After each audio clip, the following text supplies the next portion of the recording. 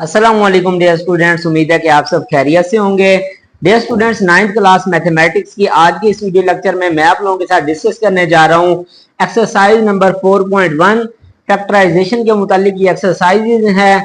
तो इसके question number 1 2 3 इसी तरह से 1 बाय 1 हर एक सवाल जो है वो इजी वे के साथ step by step easy method के साथ आप लोगों को समझाने की कोशिश करूंगा।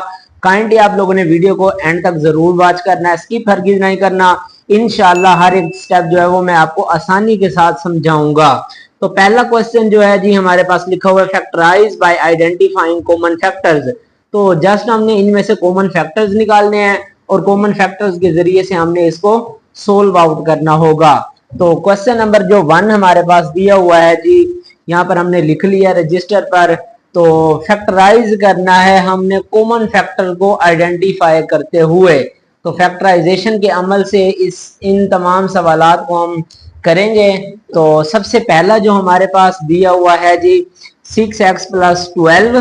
तो इनको अब देख लो, हमारे पास दोनों में से हम 6 को कॉमन ले रहे हैं क्योंकि 6 पर टेबल 6 का भी जाता है और इसी तरह से 12 पर भी 6 का टेबल जाता है। तो दोनों में से हम 6 को एज अ कॉमन ले लेंगे। तो अब देख लो 6 यहां से बाहर कॉमन आ गया तो x रह जाएगा। इसी तरह से 6 2 12, 6 को 2 से जरब देंगे तो 12 आएगा। तो ये हमारे पास इसका आंसर आ गया। सेम इसी तरह से नेक्स्ट जो हमारे पास पार्ट दिया हुआ है 15y + 20y। अब देख लो दोनों में से बड़े से बड़ा नंबर हमने देखना है जो दोनों पर टेबल जिसका जाए। तो 15 और 20 ऐसे नंबर हैं, इन दोनों पर बड़े से बड़ा जो टेबल है वो 5 का जाता है और दोनों के साथ y है तो दोनों में से y को भी हम बाहर कॉमन ले लेंगे। अब 5 का टेबल पढ़ना है, ये 15 आंसर आए, 5 3 द 15, y यहां से बाहर कॉमन ले लिया। इसी तरह से प्लस आ गया, 5 का टेबल अब पढ़ना है, 20 आंसर आना चाहिए। तो 5 4 द 20 और ये y बाहर कॉमन ले लिया। तो यहाँ पर ये इसका हमारे पास आंसर आ गया। सेम इसी तरह से नेक्स्ट हमारे पास क्वेश्चन दिया हुआ है जी -12x² - 3x।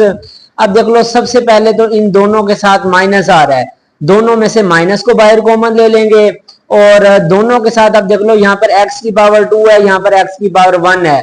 तो पावर जो छोटी होगी वो हम कॉमन लेंगे। तो दोनों में क्योंकि वो आ रही है x को बाहर कॉमन ले लेंगे। अब माइनस यहाँ से बाहर कॉमन आ गया, 3 का टेबल पढ़ना है, 12 आंसर आना चाहिए। तो 3 4 द 12। इसी तरह से अब देख लो माइनस बाहर कॉमन लिया तो माइनस और ये माइनस प्लस।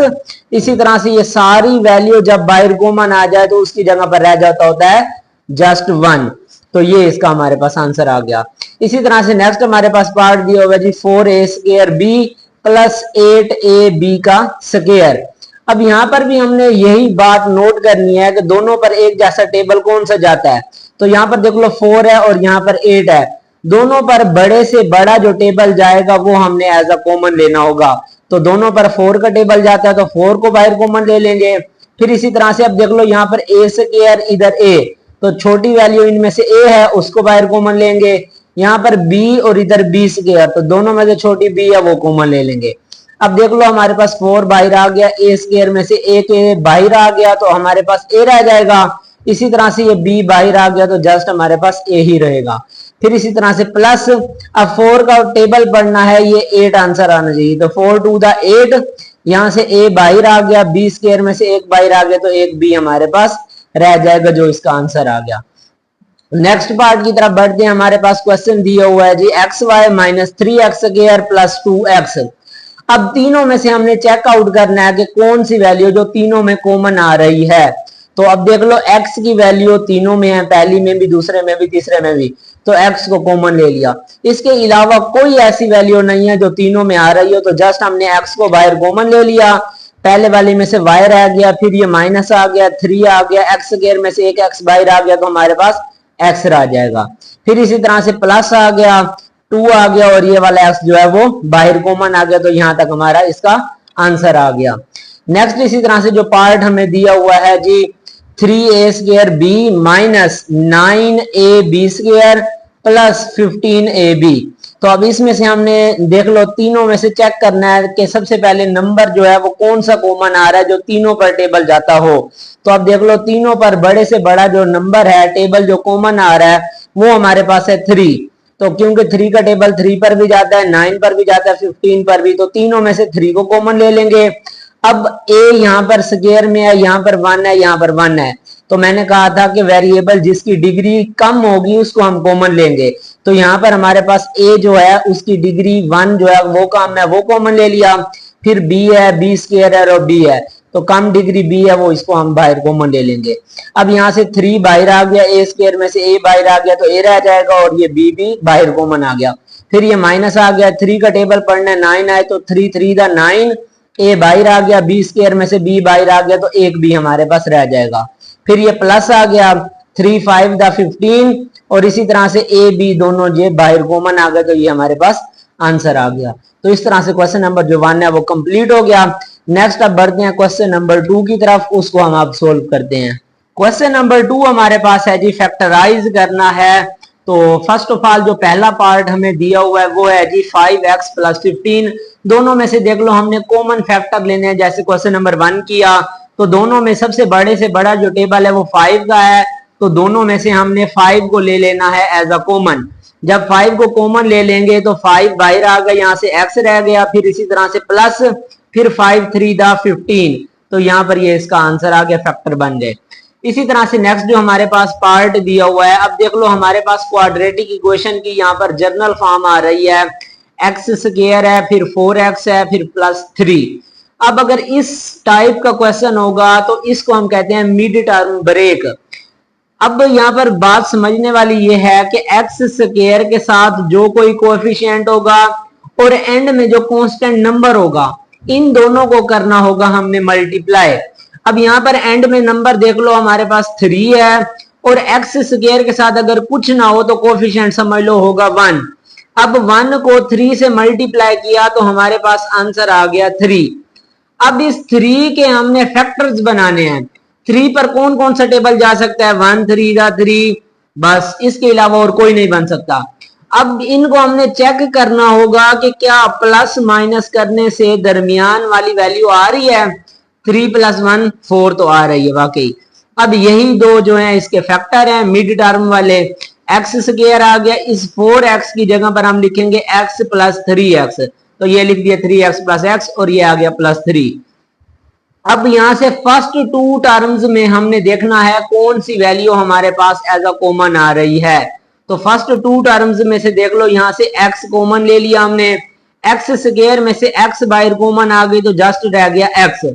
फिर इसी तरह से अगली वैल्यू में से x बाहर कॉमन आ गया तो पीछे रह जाएगा 3।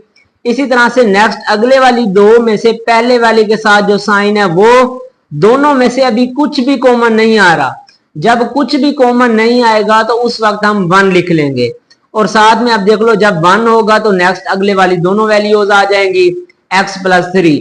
अब ये x + 3 2 बार है, इसको हम एक मर्तबा लिखेंगे, फिर इसी तरह से x + 1 लिखेंगे तो ये इसका हमारे पास आंसर आ गया।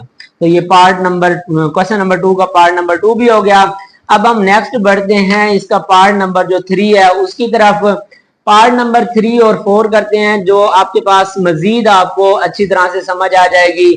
अब देख लो यहाँ पर लिखा हुआ है जी x² + 6x + 8। अब देख लो एंड वाला जो नंबर है 8, उसको x² के साथ जो कोई भी कोएफिशिएंट होगा उसके साथ हमने करना है मल्टीप्लाई। यहाँ पर 8 है, x² के साथ कोएफिशिएंट कुछ भी नहीं है तो क्या होगा, यहाँ पर 1 होगा। 8 को जब 1 के साथ मल्टीप्लाई करेंगे तो 8 1 दा 8 आ गया हमारे पास। 8 के फिर अब हमने बनाने हैं फैक्टर्स। देख लो यहाँ पर ऊपर मैं लिख रहा हूं 8 1 दा 8, 8 हमारे पास आ गया। तो अब इस पर हमने चेक करना है कि 8 पर कौन कौन से टेबल जो हैं वो जा सकते हैं। तो सबसे पहले ये देख लो 1 × 8, 1 ज़रा 8 8, फिर इसी तरह से 2 4 दा 8, फिर इसके अलावा और कोई भी नहीं जाते। अब यहाँ पर 2 पॉसिबल फैक्टर्स हमारे पास बन रहे हैं, उनमें से हमने सिलेक्ट वो वाले करने हैं जिनको हम प्लस या माइनस करें तो दरमियान वाली जो वैल्यू है, जैसे यहाँ पर 6 है तो वो आनी चाहिए। अब देखो 8 + 1 करें तो 9 बनेगा, माइनस करें तो 7 बनेगा। हमने लेकर आना है 6, तो इसका मतलब है ये वाला फैक्टर नहीं बनेगा। फिर इसी तरह से 4 2 दा 8। अब इन दोनों को प्लस करें तो 6 बनेगा, 6 हमने क्योंकि लेकर आना है तो आ जाएगा, तो ये वाले फैक्टर ठीक होंगे। अब देख लो दरमियान वाला जो 6x है उसकी जगह पर हम ये वाले दो जो फैक्टर्स हैं जो हमने मालूम किए 2 और 4 ये लिख देंगे। तो एक्स स्क्वायर 6 की जगह पर आ जाएगा 2x प्लस 4x और प्लस 8 आ गया। फर्स्ट वाली टू टर्म्स में से हमने x को कॉमन ले लिया तो पीछे रह जाएगा हमारे पास x प्लस 2, क्योंकि x बाहर कॉमन आ गया 2 रह गया। अगली वाली दो में से पहली के साथ जो साइन है वो दोनों पर कौन सा एक जैसा टेबल जाता है, जैसे 4 और 8 इन दोनों पर बड़े से बड़ा जो टेबल है 4 का जाता है, तो 4 बाहर कॉमन आ गया, x रह गया, फिर प्लस 4 टू द 8 जिस वैल्यू पर टेबल जाएगा वो वाली हम यहाँ पर लिख देंगे, जैसे 4 टू द 8 तो 2 आ गया।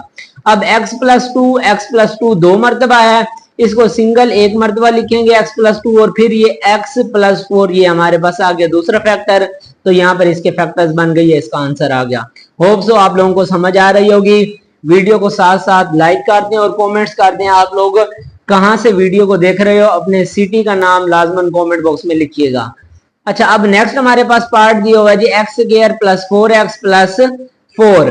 तो अब इसके भी हमने बनाने हैं फैक्टर्स। तो एंड वाला जो नंबर है हमारे पास 4, इसको हमने मल्टीप्लाई करवाना है एक्स स्क्वायर के साथ जो कोई कोएफिशिएंट है। यहां पर एक्स स्क्वायर के साथ कुछ नहीं है तो क्या होगा 1। 4 को 1 से हमने मल्टीप्लाई करवाया तो जवाब आया हमारे पास 4।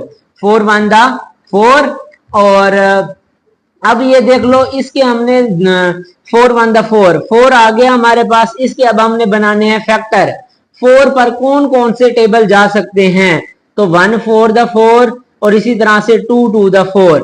इसके अलावा और कोई फैक्टर या और कोई टेबल 4 पर नहीं जाता। तो इसका मतलब है इन दो में से हम चेक करेंगे कि कौन से ऐसे जो हैं वो सही होंगे। तो उसके लिए मैंने आपको पहले बता दिया, इनको प्लस या माइनस करके चेक करेंगे। प्लस करें तो इसको 5 बनेगा, माइनस करें तो 3। इसका मतलब है ये फैक्टर नहीं बन सकते। इन दोनों को जमा करें तो 4 बनेगा जो कि हमने लेकर आना है। तो इसका मतलब है यही वाले दो फैक्टर जो हैं वो ठीक होंगे। तो अब देख लो 2 प्लस 2 आ जाएगा इस 4 की जगह पर, एंड वाला 4 एज इट इज। पहले दो में से x को कॉमन ले लिया तो x बच गया, प्लस यहां से 2 आ गया और ये x बाहर कॉमन आ गया। सेम इसी तरह से अगले वाले में से जो पहले के साथ साइन है वो आ जाएगा। दोनों पर एक जैसा जो टेबल जाता है वो 2 का है तो 2 को कॉमन ले लेंगे x, फिर इसी तरह से प्लस 2 टू द 4 आ गया। x प्लस 2 2 टाइम्स है, एक मरतबा लिख देंगे, फिर इसी तरह से ये x प्लस 2 आ गया, इसको लिख दिया हमने। अब ये भी 2 बार है तो इसको सिंगल एक मरतबा लिखकर इन दोनों की पावर को स्क्वायर में बना देंगे। तो ये यहाँ पर ये इसका आंसर आ गया। तो क्वेश्चन नंबर 1 और क्वेश्चन नंबर जो 2 था वो आज के इस वीडियो लेक्चर में मैंने आप लोगों को complete detailed step by step हर एक इजी मेथड के साथ इजी वे के साथ आप लोगों को समझा दिया। होप सो आप लोगों को समझ आ गई होगी। तो क्वेश्चन नंबर 1 और 2 की प्रैक्टिस अब आप लोगों ने खुद भी करनी है। नेक्स्ट वीडियो लेक्चर में आप लोगों के साथ क्वेश्चन नंबर 3 को कंप्लीट सोल्व करेंगे और क्वेश्चन नंबर 4 को। तो आप लोगों ने चैनल के साथ लाजमन कनेक्टेड रहना है। चैनल पर न्यू हो तो काइंडली आप लोगों ने चैनल को सब्सक्राइब कर देना है, बेल आइकन को ऑल पर प्रेस करना है ताकि आने वाली लेटेस्ट वीडियोस अपडेट्स जो हैं वो सबसे पहले आप तमाम स्टूडेंट्स तक पहुंच सकें। मुझे दुआओं में याद रखिएगा, अपना बहुत सा ख्याल रखिएगा। मिलते हैं इस तरह से एक नेक्स्ट वीडियो लेक्चर में, तब तक के लिए अल्लाह हाफिज।